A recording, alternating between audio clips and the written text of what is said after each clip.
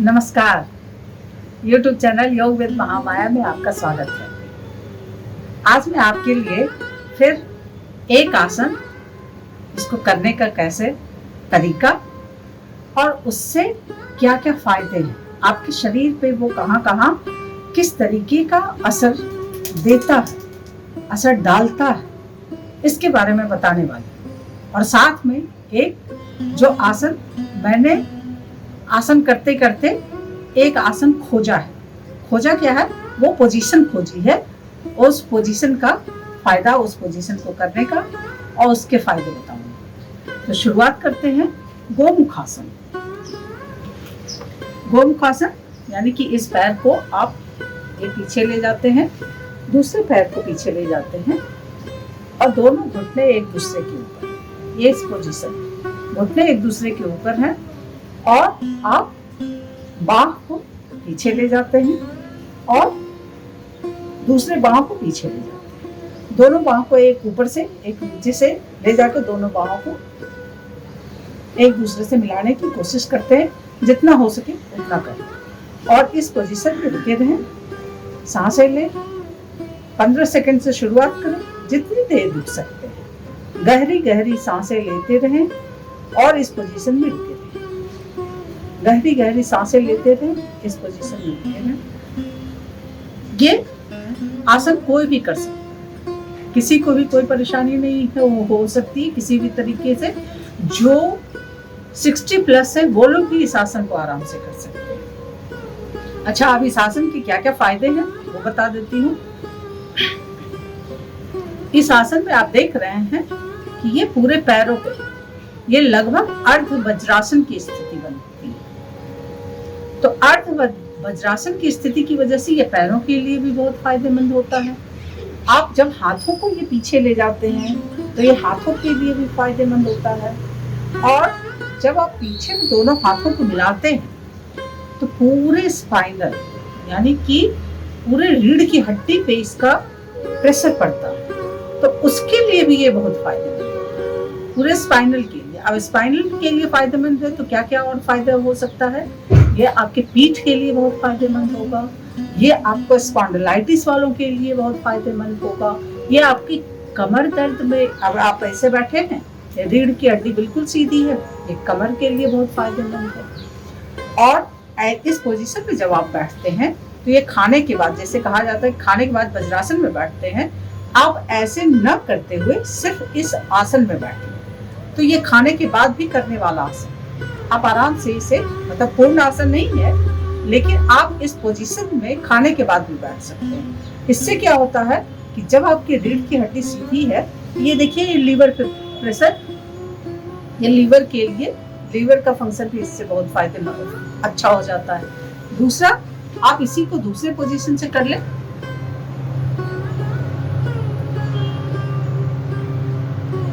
अब इस तरफ से करेंगे तो दाहिने साइड पे लीवर और स्टमक वगैरह पे, और दूसरे साइड पे करेंगे तो इस पे।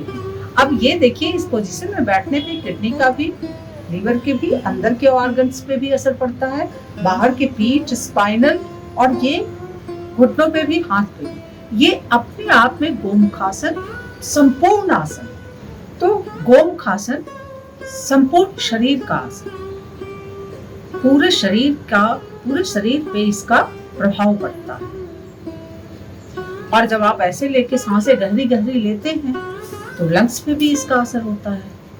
मतलब शरीर का कोई अंग ऐसा है ही नहीं है जिसपे इसका असर ना होता हो। तो ये इसीलिए हमारे योगियों का ये बहुत पसंदीदा, मतलब फेवरेट, बहुत ही आसन माना जाता है गोमुखासन। और इसकी सबसे बड़ी खूबी ये है कि ये इसे किसी भी उम्र के व्यक्ति कर सकते हैं। किसी भी तरह की परेशानी अगर आपको हो, वो सारे लोग इसको कर सकते हैं, किसी को कोई रोक नहीं, सब लोग कर सकता है। तो ये गोमुखासन आपके लिए समझिए कि एक संपूर्ण आसन है, पूरे शरीर का, सारे आसनों का एक पूरा वो रूप है। अच्छा, आप दूसरा बता देती हूँ जो मेरा अपना खोजा हुआ आसन है। देखिए ऐसे बैठते हैं, जब आप बैठते हैं तो ये जो पोजीशन है, इस पोजीशन में इस पैर को पीछे ले जा और इसको ऊपर। अब ये गोमुखासन से मिलता जुलता है, लेकिन गोमुखासन में दोनों पैर, दोनों घुटने एक दूसरे के ऊपर रहते हैं। यहाँ घुटने ऊपर नहीं है। घुटने को आप अपने हाथों से पकड़ के इसे शरीर के साथ लगा के इस पोजीशन, इसे मैंने बद्ध मत्स्येंद्रासन नाम दिया है। इस पोजीशन में आप बैठ लें और गहरी गहरी सांसें लें। आपका ध्यान आपकी सांसों पे हो। गहरी गहरी सांसें ले रहे हैं और इस पोजीशन में बैठे हैं जितनी देर बैठ सके। ये बहुत आरामदायक स्थिति है और किसी भी उम्र का व्यक्ति इसे इस पोजीशन में बैठ सकता है। अब इसके क्या फायदे हैं? इसका सबसे ज्यादा फायदा हमें जो लगा कि योग का जो असली फायदा है, यानी कि आपकी इटरनली आप अपने एनर्जी से जुड़ते हैं, आप शांत होते हैं, आपका शरीर का रिलैक्सेशन होता है, पूरा का पूरा कंसंट्रेशन बढ़ता है, एकाग्रता बढ़ती है। ये जो सारा कुछ है, जो मुख्य रूप है योग, यानी कि अपने इंटरनल एनर्जी सिस्टम से जुड़ना। आप आंतरिक तौर पे अपने आप से जुड़ते हैं। ये जो है, जो आप मैंने बताया, इस आसन पे आप बैठ ले, 5 मिनट बैठ ले। जितना आप पूरा आसन और प्राणायाम करने के बाद जो आपको महसूस होगा, शांति, शरीर का रिलैक्सेशन, इंटरनली आप एकदम साउंड हो जाएंगे, मतलब आप आंतरिक तौर पे एकदम जुड़ाव महसूस करेंगे। ये सब कुछ मात्र इस आसन में 5 मिनट बैठने पे आपको हासिल हो जाएगा। ये इतना ज्यादा फायदेमंद है। अगर आप किसी दिन मूड नहीं हो, आसन नहीं करने का मन कर रहा हो, आसन प्राणायाम वगैरह नहीं करने का मन कर रहा हो, तो आप इस आसन में बैठ लें, 5 मिनट बैठ लें। देखें आपका सब चीज एकदम, दिमाग उस स्थिति में पहुंच जाएगा, आपका ब्रेन उस स्थिति में पहुंच जाएगा जितना आपको सारा आसन प्राणायाम सेशन पूरा करने के बाद होता है। तो ये इतना ज्यादा फायदेमंद है और इसे कोई भी कर सकता है। अब बस यही है कि थोड़ा सा जो ये लगाते हैं, तो तुरंत खाना खाने के बाद आप इसे अवॉइड करें, नहीं कर सकते हैं, लेकिन कभी भी आप कर सकते हैं। खाना खाने के 3-4 घंटे बाद आप इस पोजीशन में बैठें। आप चाहें तो इस वज्रासन वाले जो ये पोजीशन जो है, इस पोजीशन में आप खाने के बाद भी बैठ सकते हैं। ये कायदे से गोमुखासन नहीं है, लेकिन ये एक पोजीशन है शरीर। तो इस पोजीशन में अगर आप बैठते हैं तो ये बहुत ही ज़्यादा फायदेमंद होता है शरीर के लिए। एक तो आपका एनर्जी सिस्टम बिल्कुल बैलेंस हो जाता है और सारा रीढ़ की हड्डी सीधी है, तो सारा कुछ एनर्जी सिस्टम बिल्कुल बैलेंस है और ये पूरा ब्रेन तक ब्लड सर्कुलेशन पहुंच रहा है अच्छे से।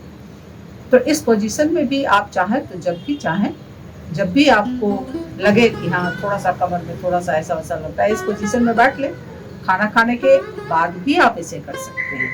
पूरा गोमुखासन न करें, लेकिन आप इस पोजीशन में तो बैठ ही सकते हैं। तो धन्यवाद।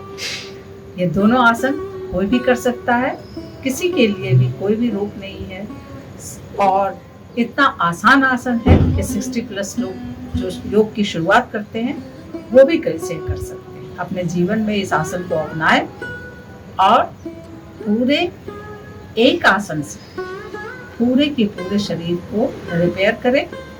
एक पोजीशन से पूरे योग के इटरनली आंतरिक सारी शांति और सारा कुछ प्राप्त करें। धन्यवाद।